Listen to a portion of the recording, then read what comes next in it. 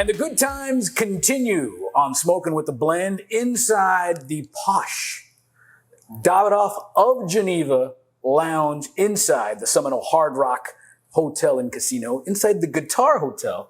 And look who have I found. Speaking of rock stars, look who I found. It's Michael Brown, the hat ambassador on Instagram. What's going on, my friend? Thank you, Jim. I appreciate it, man. It's a pleasure. Most definitely grateful to be here. Yes. Listen, I am a big fan of yours. Okay, Thank you. Certified cigar sommelier. Yes. Woo. Professional hatter and author. What do you do? Do you just hang upside down at night and just recharge? When do you get all this time? And by the way, a icon in the fashion business. Thank you so much. Goodness. I appreciate it, man. I got to tell you, I got a lot going on, but I manage it. You know what I mean? It's fun to do what you love, right? You know, and so when you're passionate about things, you have all the fun doing it. You know, all the time it takes to put into all the things I've got going on. It's fun to me. I mean, it's a passion. It's a love of mine. All right, so it's a very fashionable onion that we're going to peel off the layers on. So let's start with the hat. Okay. Now, I am a ginormous head human being. Okay, I walk into a room, my head is in before the rest of my body. So I don't know if hats would look on me. What could you do for this melon over here? Hats would look great on you. And anybody can wear a hat that wants to wear a hat. But the main thing about wearing a hat is being confident in wearing that hat. Mm-hmm. So if you're confident about it, you can always pull it off. There is a hat for you out there. I mean, 7 5/8. And it's a lot of brain, but that's a big dome. But hey, like I said, there's a hat there for you. What would you recommend for me? I would recommend, a fedora, your vintage standard medium brim fedora. Okay. Gorn Bros has a hat called the Dean the Butcher. Would be perfect hat for you. What is this bad boy you got? So this is the Betty Lynn that I'm wearing. Betty Lynn. So, yeah. Me and Betty are going out for a smoke.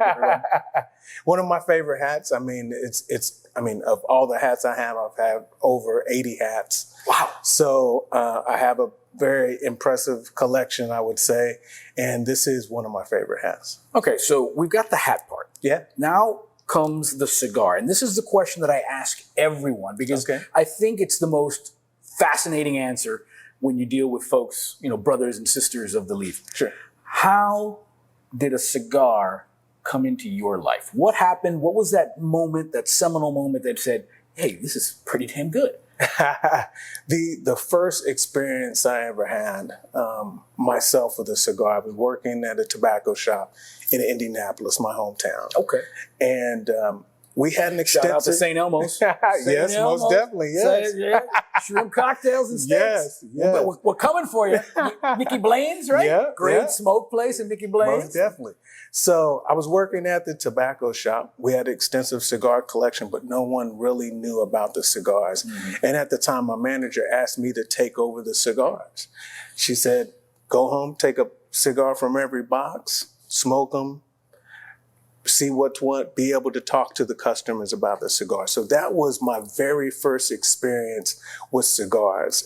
And from there kind of grew. There was a period of time after that I hadn't smoked cigars. So when I moved to Miami from Indianapolis, was a perfect opportunity. You need a realtor. We know to get into cigars. Yes, yes.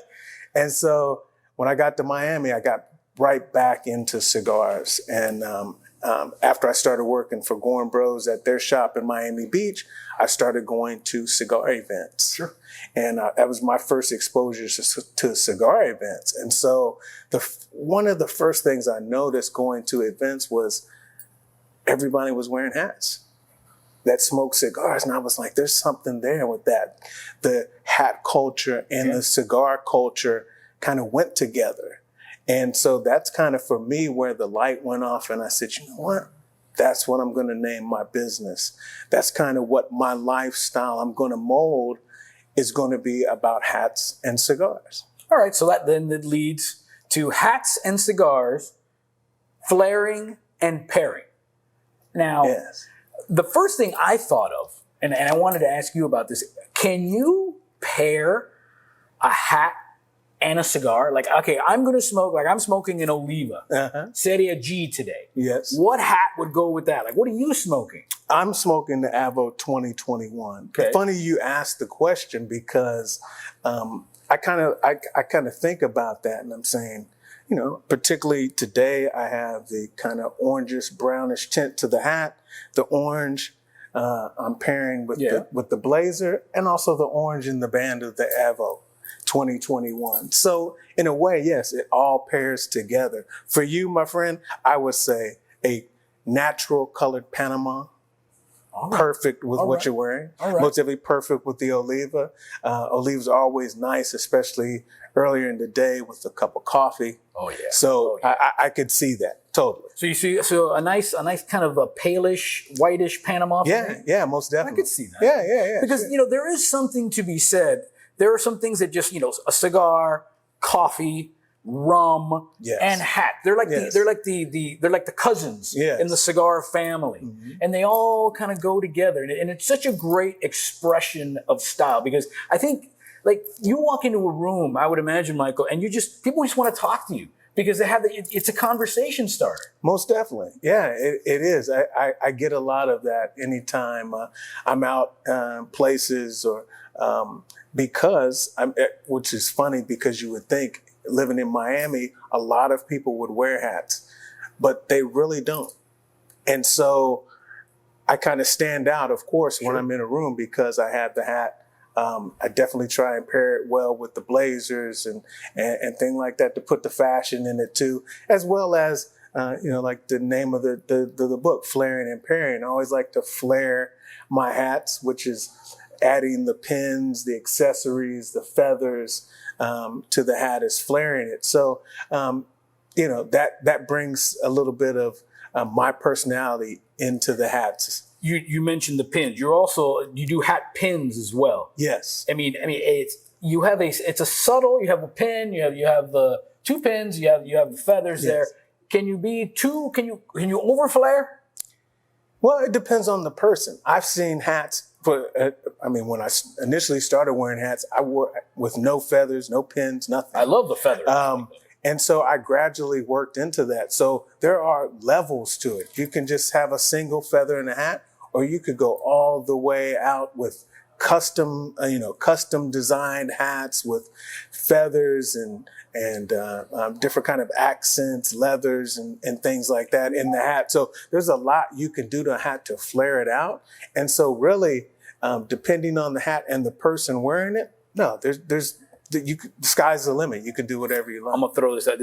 What's the wildest thing you've ever seen in a hat or a request when you're at the shop? Like I need this fountain of youth ostrich from the nano regions. I mean, what's the wildest thing you've ever seen in a hat? Wow. I mean, right now, customizing hats is real big in hat culture. So a lot of people out there doing some great things, customizing hats. So when you get to something like that, you can do a lot. I know someone who's doing customizing now who's adding snakeskin to their hats. So things like that you wouldn't, you wouldn't see as the norm or you wouldn't normally see. Those things are kind of coming to the forefront right now in the hat culture. I love it. Now, what about the rain? Because I mean, you get some of these hats like the snakeskin and the wool. I would imagine like you can't get these things wet.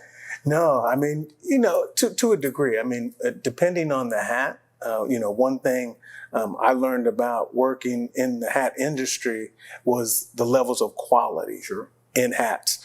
If it's not as well made quality, rain will maybe ruin that hat or really damage it. But as long as it's a high quality, well-made hat, shouldn't have any issues with rain. Now, just because we love the ladies here on Smoking with the Blend, and our shout out to all our sisters of the leaf. Most definitely. What about hats, fedoras for the ladies? Wow. I mean, you see them a lot now, and I'm not talking just Kentucky Derby Day. I'm talking about just walking around. Is there?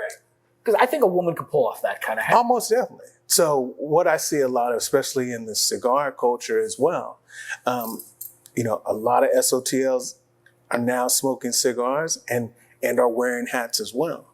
Women come into the shop all the time and think these are only men's hats. And my response always is women can wear every hat. You know, it's like I tell my kids, every day is Mother's Day. That's right. I mean, but a not a well-known fact is that the fedora was actually named after a woman. And so women initially wore fedoras back in the 1800s before men started wearing fedoras. So amazing. Yeah, women can wear any hat. Yes, they can. All right. Where can we find this magnificent piece of literature? Hats and Cigars, Flaring and Parent is available on Amazon.com as well as through my website, which is hatsandcigars.com. You can always find me on Instagram, Hat Ambassador, and on Facebook as well at Hats and Cigars. And you can always find him in Miami Beach. Most definitely. This is the honorary mayor of Miami Beach. It's Michael Brown, the Hat Ambassador. Always a pleasure. Thank you so much. I gotta come and see you. You gotta get me a lid for the next show we got. We'll do that.